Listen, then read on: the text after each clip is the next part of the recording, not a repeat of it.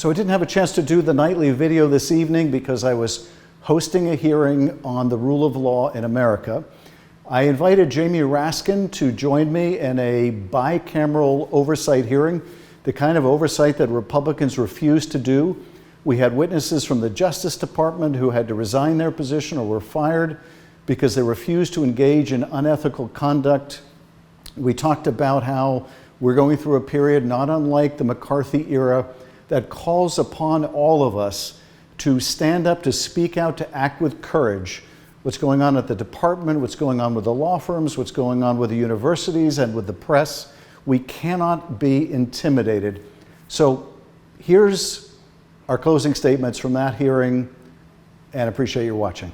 Everyone in this room grew up in a period since World War II where we were used to seeing a world that was ever increasing in its freedoms.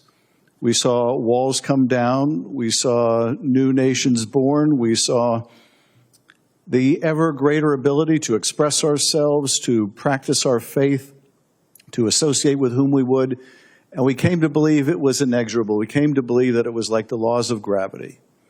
Or it was, as Martin Luther King said, the moral arc of the universe always bending towards justice. Until all of a sudden it wasn't bending towards justice. And we've come to realize, much to our shock, that there's nothing inevitable about this. There's nothing inevitable about democracy or democratization, that this experiment in this country, this great experiment, self-governance, now 2.5 centuries old, is not inevitable. It was improbable at its start. And we've witnessed something we never would have imagined in this country. We have witnessed with incredible rapidity the creation of a climate of fear by this administration. We see universities afraid to speak out, to defend their own students, to defend their own academic freedom. You see universities rushing to make deals with the administration. You see universities cowed into silence, not stepping up to defend other universities. You see members of the press excluded from public events because they don't use the administration's favored parlance. And you don't see other members of the press in solidarity with them. You see law firms rush to cut separate deals. You see lawyers purged from the Department of Justice. You see FBI agents purged from the Bureau. You see scientists purged from their agencies. A wholesale effort to weed out and drive out anyone of independent thinking, anyone who will stand up and defend the rule of law or science or the freedom of thought or expression, right down to ordinary citizens who are now afraid. If the government of the United States can pluck a man off the street and send him to a prison in El Salvador without any kind of due process or any process whatsoever, then no one is safe. And if the government's response to that is to discipline a lawyer who dares to speak the truth to a court, then no one is safe. And the answer to this climate of fear, there really is only one answer, and you're seeing it today, and that is courage. We must demonstrate courage in the face of this fear. In this very committee room, or one like it, Joseph McCarthy and his allies made the country afraid and caused people to inform on each other and betray each other, allowed people and to be driven out of the government and to be persecuted. And we wondered how that could be. We wondered how could so many people be complicit. Well, now we know. Now we know. Now we have witnessed it in our own time. But I will say this of the brave witnesses who have come and testified today. All of the rest of us have to ask ourselves, looking back at the McCarthy era, what would we have done? What would we have done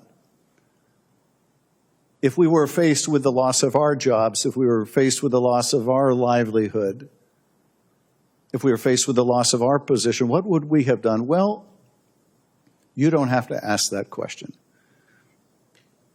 Your being here is all the answer anyone could demand, and we are deeply, deeply grateful to you. I yield to my colleague and friend, Jamie Raskin. Thank you, Senator Schiff, and thank you for your leadership. It's been an honor to conduct this proceeding with you, with all these wonderful guests and everybody looking at the proceedings across America, and thank you to our great witnesses here. Ben Franklin once said, "Make yourself a sheep and the wolves will eat you." And you are four people who have not made yourselves into sheep. You've shown us how to stand tough and stand strong against tyranny and despotism. And you and all of my colleagues here are speaking today in the spirit of our Constitution. We have an anti-monarchical Constitution. We've got no kings here. We have the freedom of speech. We've got no queens here, no emperors here, and we have no slaves here, and we have no serfs here. Just people, citizens, all of us together, standing equally under the Equal Protection Clause. We have an anti-monarchical Constitution. It forbids titles of nobility. It was so important to the framers. Congress cannot award or recognize titles of nobility. We've got an anti-cruelty Constitution. The Eighth Amendment bans cruel and unusual punishment. We've got an anti-corruption Constitution. It guarantees due process to everyone. It guarantees equal protection under the laws, as well as freedom of speech and freedom of the press and free assembly, the right to petition government for redress of grievances, free exercise of religion, no establishment of religion. And so we say to the courts, as Ms. Cohen said, you're an important line of defense. I don't think that you're the last line of defense. I think the people will always be the last line of defense, but you're a significant line of defense for us right now. We have 68 court orders that have been rendered by federal district courts, preliminary injunctions and temporary restraining orders against all of the lawlessness that's taken place.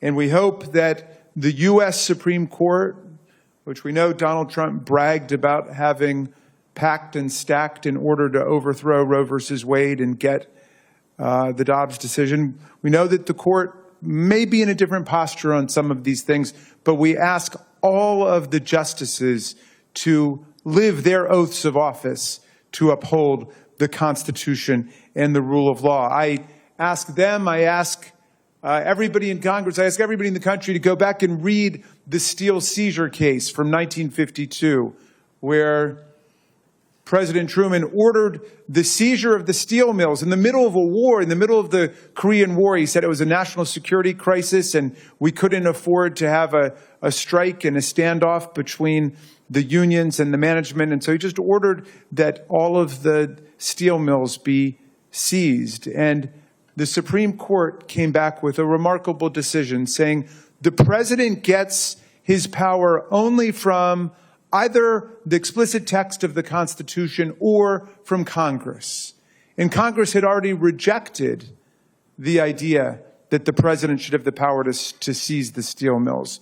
And so the court said in a 6-3 decision, the Constitution doesn't grant you that power, and Congress forbade you that power. And Justice Jackson, in his famous concurrence, said, at that point, your power, Mr. President, is at its lowest ebb. But here's the remarkable thing about the decision, which is indeed the paradigm for interpreting executive power.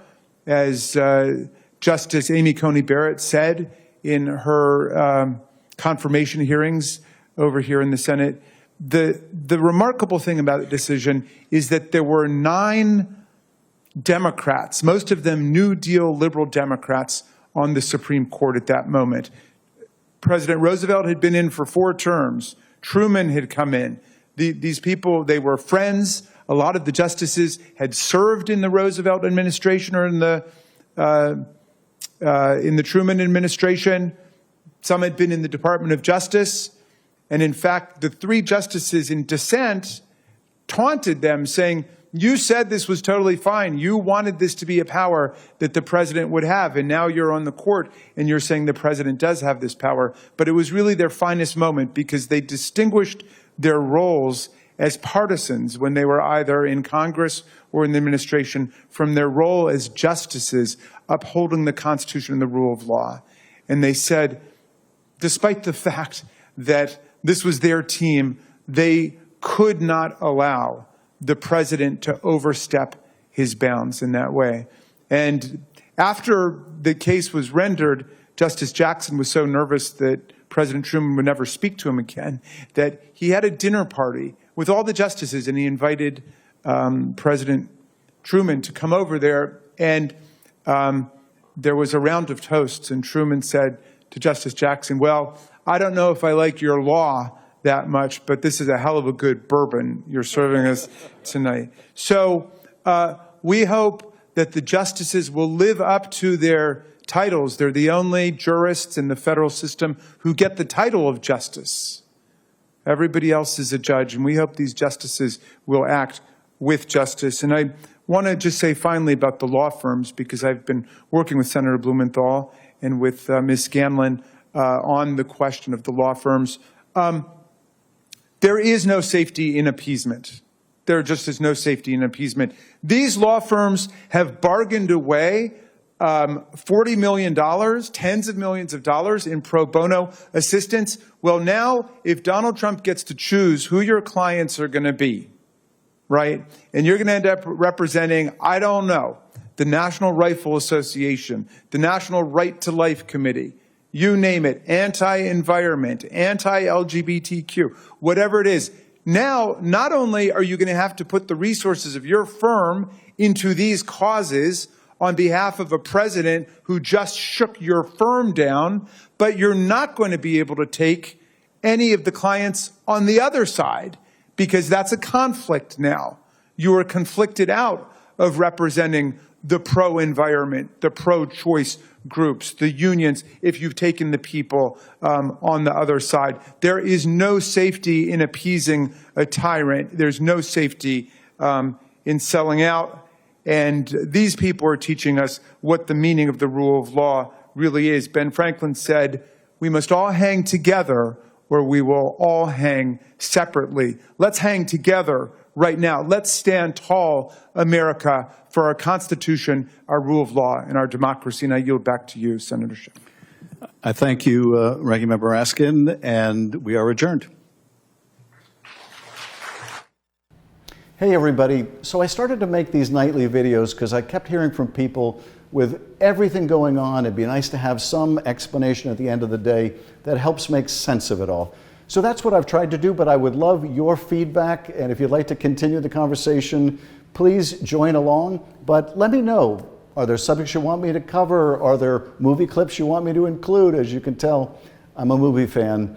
But I hope we'll get to continue the conversation and welcome your feedback.